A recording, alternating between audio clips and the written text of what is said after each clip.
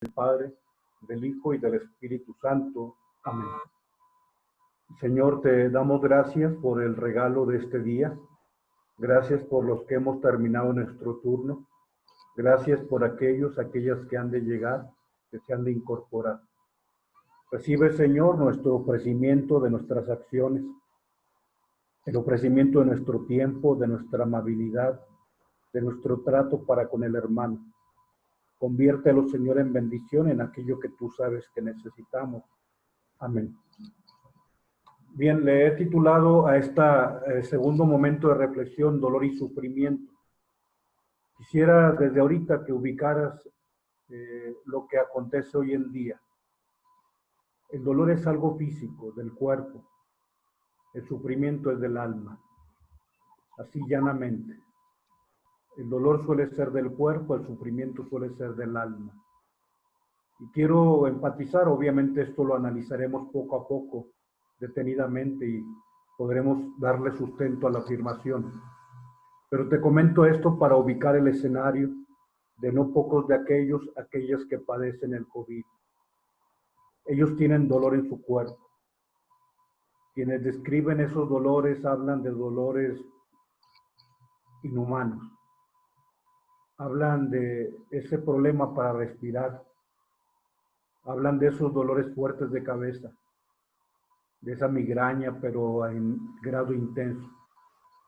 Pero incluso hablan de una especie de hueco en el estómago, como si el estómago se fuera todo hacia adentro, como si se hiciera un pozo en el estómago, un agujero negro de esos que hay en el espacio. Y la persona que antes podía tener 80, 90 kilos más, de pronto ese vientre se vuelve un vacío, una forma de consumirse tremendamente. Describo esto más allá del morbo, sino de la realidad física. Pero junto con la descripción del dolor físico, te comparto sobre todo una primera aproximación de lo que es el sufrimiento del alma. Esas personas, junto con el dolor físico que experimentan, sufren porque no ven a sus papás, porque no ven a su esposa, porque no ven a sus hijos. Junto con el dolor físico experimentan el sufrimiento en el alma, porque dicen: ¿qué va a pasar con mis hijos? ¿Quién va a cuidar de ellos? ¿Quién les va a alimentar? ¿Quién les va a vestir? ¿Quién los va a mandar a la escuela? ¿Qué va a hacer mi mujer si yo ya no estoy con ella? ¿Qué va a suceder con mis padres? ¿Qué va a suceder con el niño que nació hace un año? Con el bebé que Dios me ha enviado. Te describo esto para que ubiques el cuadro del dolor y el cuadro del sufrimiento. Y pidamos por aquellos que en el COVID no tan solo tienen dolor en su cuerpo, sino también sufren en su alma, sufren en su corazón, sufren, están inquietos, están desgastados, están ante el castigo del cuerpo y el castigo del alma, por decirlo de esa manera, pero es lo que experimentan. Bien, vamos a leer el texto de la palabra de Dios de Isaías capítulo 38. Isaías. En aquellos días Ezequías cayó enfermo de muerte y vino a visitarlo el profeta Isaías, hijo de Amós, y le dijo: así dice el Señor, haz testamento, porque vas a morir sin remedio y no vivirás. Entonces Ezequías volvió la cara a la pared y oró al Señor: Señor, acuérdate que he procedido de acuerdo contigo. He procedido con corazón sincero e íntegro. Acuérdate que he hecho lo que te agrada. Y Ezequías lloró con largo llanto. Y vino la palabra del Señor a Isaías: ve y dile a Ezequías, así dice el Señor, Dios de David tu padre: he escuchado tu oración, he visto tus lágrimas. Mira, añado a tus días otros 15 años. Te libraré de las manos del rey de Asiria, a ti y a esta ciudad, y la protegeré. Isaías dijo que traigan un emplasto de higos y lo apliquen a la herida para que se cure. Ezequiel dijo, ¿cuál es la prueba de que subiré a la casa del Señor? Isaías respondió, esta es la señal del Señor de que cumplirá el Señor la palabra dada. En el reloj de sol de acá haré que la sombra suba los 10 grados que ha bajado. Y retrocedió el sol en el reloj los 10 grados que había avanzado. Palabra del Señor. Gloria a ti, Señor. Te alabamos, Señor. Bien, retomo para hilar el tema de la mañana. En la mañana hablábamos acerca de la enfermedad. Y hablábamos con el ejemplo de José Carreras, cómo la enfermedad nos invita a no perder el tiempo y a tener una forma nueva de vivir. Hablamos acerca de la condición del enfermo, su comunicación, su espacio físico, su anterior independencia y ahora su dependencia. Hoy quiero hablar. En la mañana el título de mi reflexión fue Un rey que llora. Efectivamente, vuelvo a enfatizar, la enfermedad no distingue a nadie. La enfermedad no hace diferencia de nadie. Se enferma el rico y el pobre, el sabio y el ignorante, el empresario y el obrero, el maestro y el alumno, el clérigo y el fiel cristiano. E incluso te decía en la mañana, lo que quizá ya conoces por otras plataformas. El obispo también se enferma, el obispo de Cancún, Chetumal, de Quintana Roo, don Pedro Pablo Elizondo, también está postrado por COVID. Dice el texto que te presento subrayado, Ezequías lloró con largo llanto. Efectivamente, el hombre más encumbrado, el hombre más importante de aquel reino, también es susceptible a la enfermedad. Y no tan solo el dolor físico que siente, sino ese sufrimiento, porque el llanto manifiesta sufrimiento.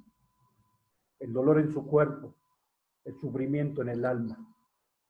Pero el Señor escucha la oración y ha visto las lágrimas de Ezequiel, y le concede, le ofrece la salvación.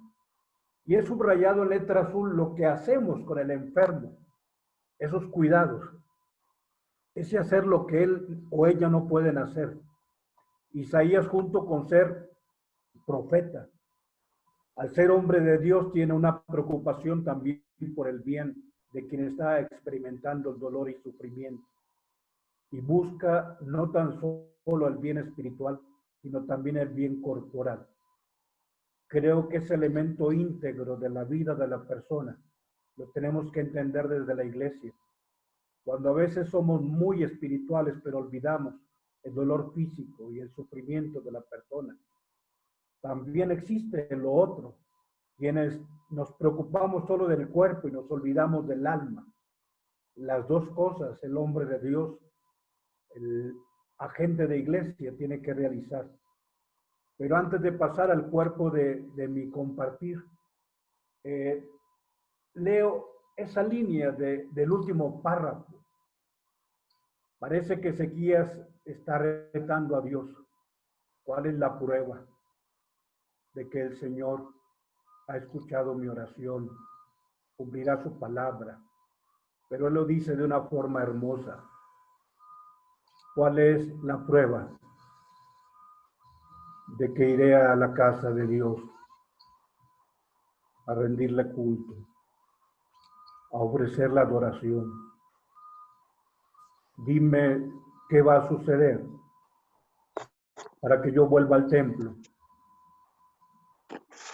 Dile a Dios que quiero ir a su casa de nuevo. Dile a Dios que quiero ir a entonarle alabanza.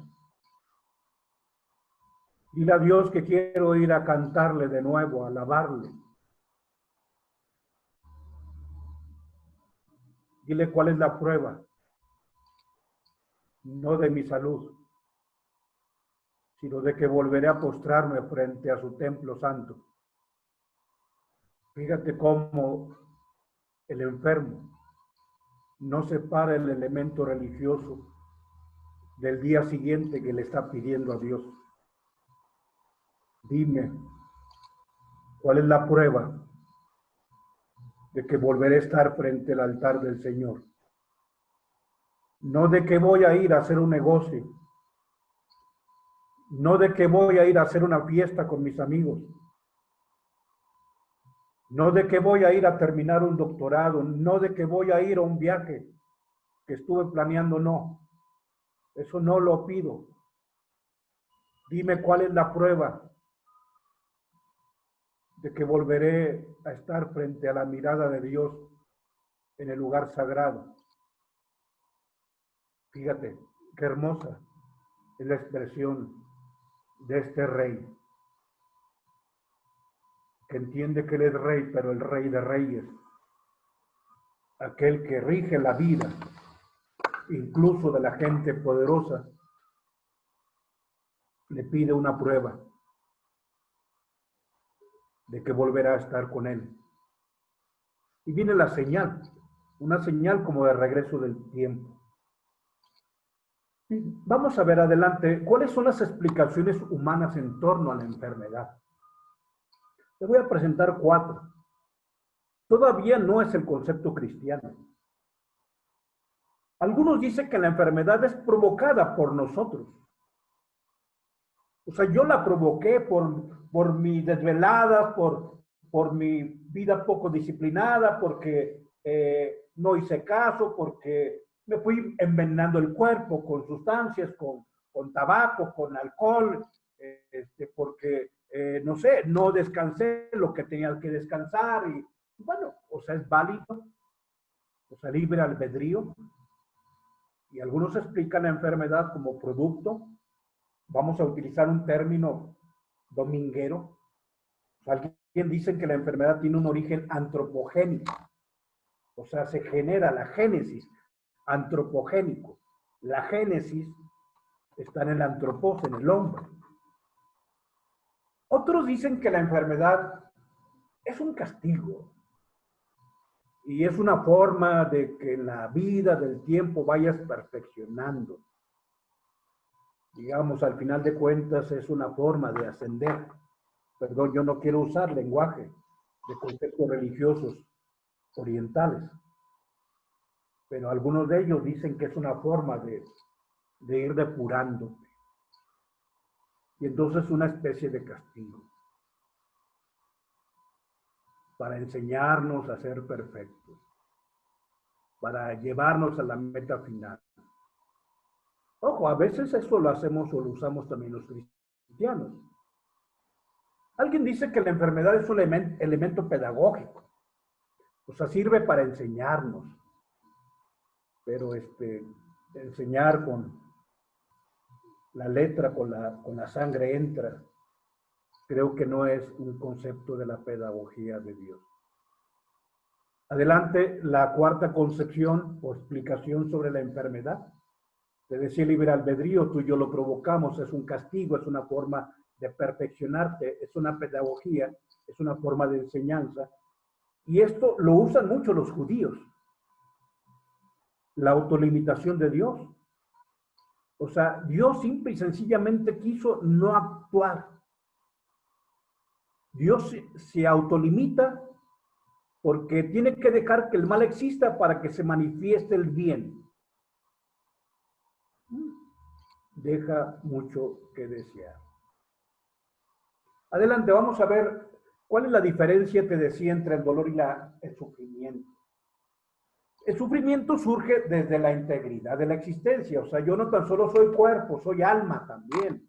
Soy pensamiento, soy sentimientos, soy conciencia, soy autoconciencia. Y entonces, bueno, lo que puede ser un dolor del cuerpo, bueno, pues se genera en una sensación que hace que mi vida diga, espérame tantito, debo ver qué pasó, ahora esto no me va a ayudar para lo que tengo que hacer, y bueno, esa integridad de la existencia hace, bueno, que el ser humano se sienta amenazado por algo externo, y esto incluye, te decía, el ámbito subjetivo. Digamos, Alguien está en un hospital y los síntomas son corpóreos, pero él está preocupado porque iba a tener la boda de su hijo en 3 meses. Y dice, si no estoy en la boda de mi hijo, o sea, es que somos una integridad, no es tan solo el cuerpo. Somos historia que escribimos, somos relaciones.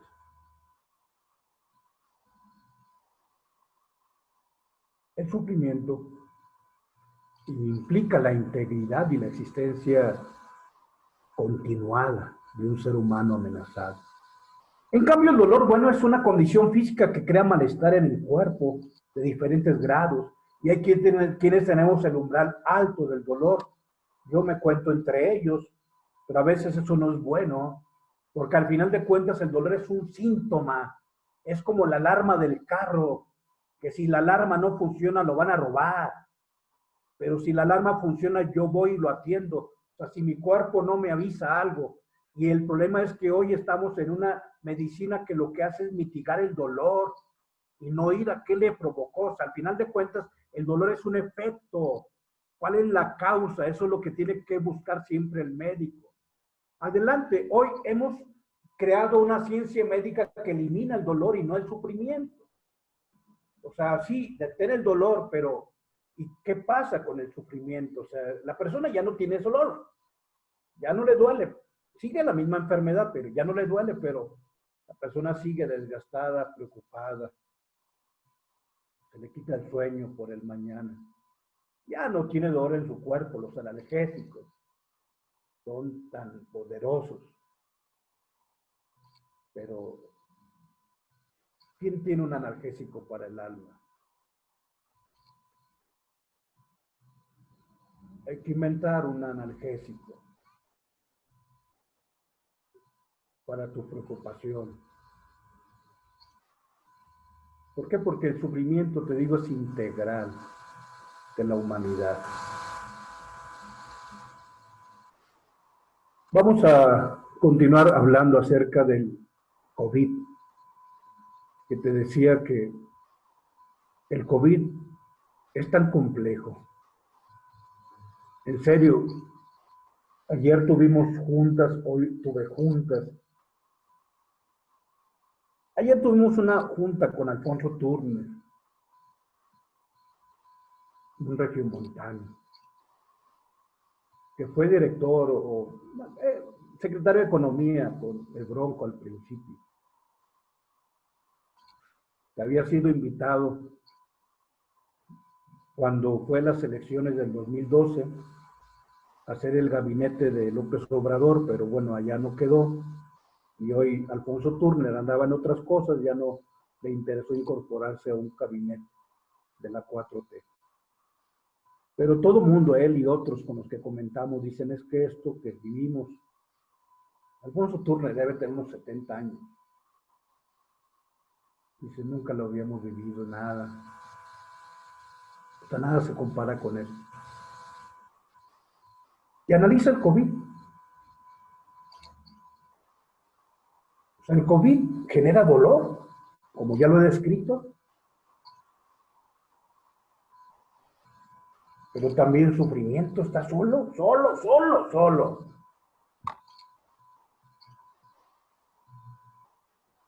Y está sola la familia.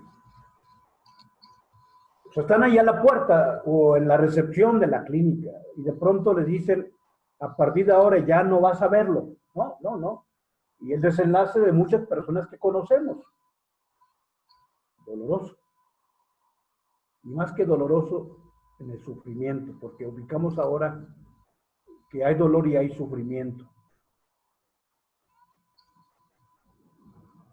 Pero, por ejemplo, leo la última viñeta. Pues hoy la gente está sufriendo por la falta de poder trabajar. O sea, fíjate cómo el COVID nos trae dolor y nos trae sufrimientos, porque las condiciones socioeconómicas también han sido alteradas. Hay estrés, hay sufrimiento en condiciones de pobreza, situaciones de educación, de salud. se lastima el bienestar de la comunidad. Es muy complejo. Veamos ahora cuáles son los elementos que tenemos que entender al trabajar cuando hay enfermedad. Lo primero, la enfermedad produce una crisis en la persona y en la familia. ¿Sí? O sea, se vive una inestabilidad y un momento de quiebre que hay que saber manejar. La enfermedad desestabiliza también a la persona y a la familia, sus horarios, sus programas, su vida, incluso la distribución de la casa, si está en la casa, o la distribución de los tiempos, si está en una clínica. La enfermedad puede ser una carga económica para la familia.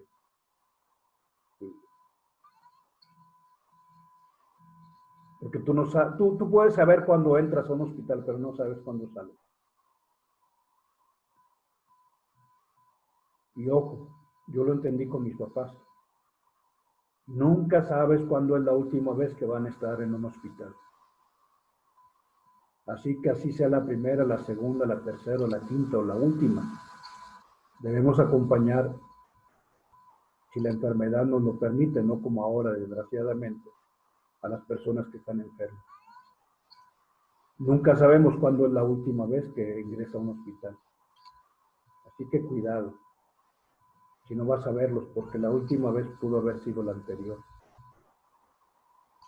También la enfermedad puede crear coraje, hasta con la iglesia, porque las personas se sienten de pronto que no se les atendió. ¿Qué nos pide adelante el cuidado pastoral del enfermo? Y digo pastoral y entiéndelo. O sea, ¿qué es lo que haría Cristo, buen pastor, por el enfermo? Ese es el cuidado pastoral. O sea, lo primero, presencia. Es que no tengo palabras. No necesitas decir palabras, basta que estés. O sea, ahí estabas. Pero escuchar también. Centros de escucha. En los hospitales hace falta centros de escucha. En la parroquia hacen falta centros de escucha para oír lo que la persona está pasando. Y a veces lo que la persona dice, lo único que necesitaba era descargarlo. Si la persona busca ese apoyo moral y espiritual. Tercero, ¿qué necesita? Oración. Orar a Dios con mucha fe. Y decirle, Dios es quien lo puede todo. Dios te dio la vida, Dios te la conserva, es Dios quien te la dará. Dios guíe la ciencia de los médicos para que preserven la salud, para que preserven la vida y para que preserven la integridad. Que Dios te conceda a ti una fe inquebrantable, una esperanza sólida y una confianza total en su persona.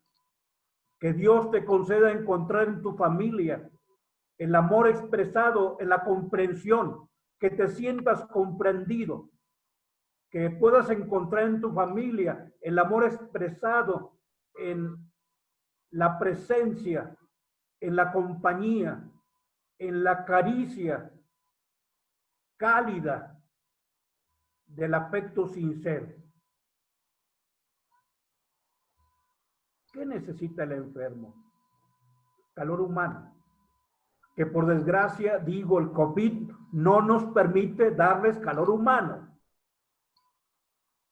Pero cuando podamos, que no sea esta enfermedad que no podemos manejar, mostrar amor a la persona y tratar de entenderle, comprensión por el sufrimiento y la presión que pasa. Pero junto con la presencia, junto con escuchar, junto con orar y junto con el calor humano, ellos necesitan apoyo práctico. Sé que es complicado ahorita, pero pregúntale a quien pasa una situación de COVID, oye, dime si puedo hacer algo y lo hago. Yo sé que tú no puedes salir, dime, y no sé, si se me permite, te llevo algo a la puerta. Apoyo práctico.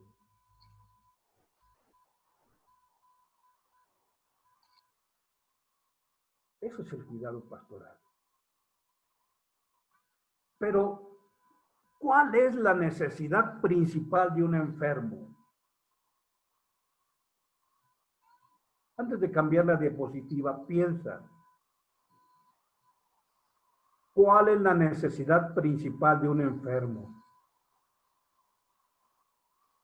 Lo dice el texto de Isaías que hemos leído, el capítulo 38. Recuérdalo. ¿Cuál era la necesidad principal de Ezequías?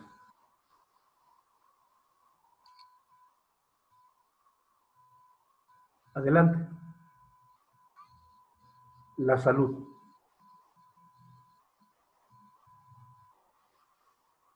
El enfermo tiene una sola preocupación. Tiene más, claro. Ya te dije que sufre por lo de su familia. Pero esto no es egoísmo. Ezequías llora. Isaías le había dicho, haz tu testamento. Y él ora y le dice a Dios, Señor, pues si yo no le he hecho mal a nadie, si yo te he hecho caso en todo, si yo he hecho las cosas como tú las has pedido. Y se suelta a llorar. ¿A qué se acercaban los enfermos y sus familias a Cristo en el Evangelio? A buscar salud. Un paralítico busca caminar y los amigos del paralítico buscan que camine. Los ciegos quieren ver. El mudo quiere hablar, el leproso quiere quedar limpio. O sea, ¿cuál es la preocupación principal de un enfermo? La salud. Incluso en Betania, el lugar en donde a Jesús se le amaba, no por lo que hacía, sino por lo que él es. Hay un momento en que sí lo buscan por lo que él hace. Está enfermo el hermano. Le dicen, Lázaro, aquel a quien tanto ama, está enfermo. Ellos lo aman bien, ellos no son interesados. Ellos quieren que Jesús se sienta a gusto en su casa. Marta viene hacendosa y María sentada a los pies del maestro. Jesús sabe que ahí puede ser amado y llegar a descansar cuando va camino a Jerusalén. Pero hay un momento en donde las hermanas tienen una cosa en la mente. Mi hermano se enfermó, Señor. Aquel a quien tú tanto amas está enfermo. Por eso es bueno que tú y yo ubiquemos la psicología del enfermo. No descalifiquemos a un enfermo que le cuestiona a Dios.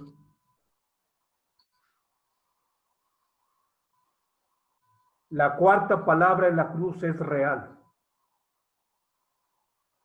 Dios mío, ¿por qué me has abandonado? Y Dios no se molesta. Dios no se incomoda. Es que ese enfermo parece que se olvidó de Dios.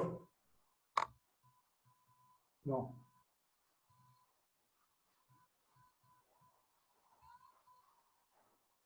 Pero está presentándole a Dios sus necesidades. Bien, ya vamos a ir terminando. Adelante, hablemos sobre los condicionamientos de aquello que podemos ofrecer al enfermo. A veces hay cuestiones sociológicas como el que el enfermo se convierte en un número más.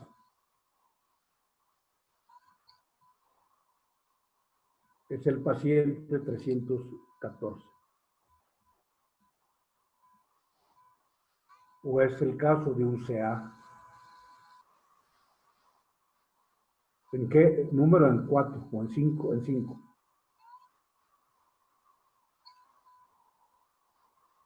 Entonces, la atención del enfermo implica que a veces se masifica y que el enfermo padece más la soledad y el aislamiento. Esto máximo hoy en día.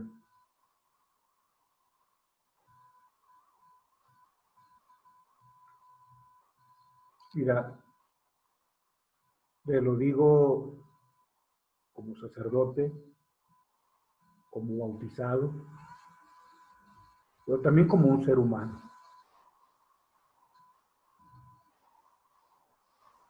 yo creo que hay una palabra más que se ha agregado a ese glosario que jamás quisiéramos escuchar.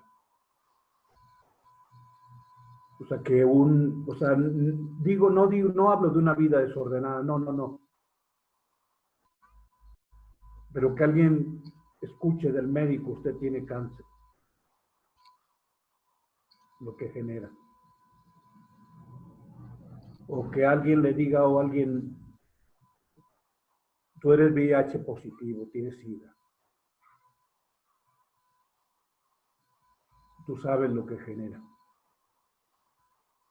Pero a esos dos elementos de sintomatología hoy, que alguien escuche y diga, eres positivo en COVID. Tú sabes lo que genera. Dentro de lo que podemos ofrecer al enfermo, tenemos que ir manejando que la enfermedad tiene etapas y que Dios nos da un sacramento también para la enfermedad, como es el de la unción del enfermo, que hoy por desgracia pareciera que se pasa al quinto momento que aquí viene descrito, cuando alguien ya va a expirar. No. La unción de los enfermos, yo creo que empieza desde el momento 2, 3, 4, y alguien lo deja para el número 5. Yo creo que cuando hay la bendición de la unción de los enfermos, desde el número 1, o sea, ¿por qué esperar al número 5 para entonces recibir el sacramento? La caricia de Dios, la fortaleza que viene de Él. Ahí dejo, se me hace que dejé.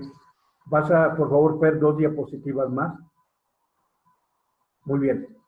Te dejo, pues como tarea, ojalá que en algún momento lo hagas, textos bíblicos que confortan al enfermo. Aquí hay un elenco de textos de Reyes, Mateo, Marcos, Lucas, Juan. Adelante, por favor. Y continúa Marcos, Lucas, Mateo, Marcos, etc. Y concluyo con esta última diapositiva sobre algunos textos bíblicos que confortan, otros que superan incluso la adicción y dónde encontrar fuerza en estos textos de la palabra de Dios. Pidamos hoy a Dios y acercámosle incluso estos textos a los hermanos. Ojalá que así como hoy las telefonía celular permite que una familia pueda ver el rostro de quien no puede ver el rostro porque está aislado, nos sirva para mandarle textos bíblicos así, ya leíditos, subrayaditos, para ayudarles un poquito en la lectura y que la lectura sea común. El Señor pues nos conceda salir adelante. En nombre del Padre, del Hijo y del Espíritu Santo. Amén.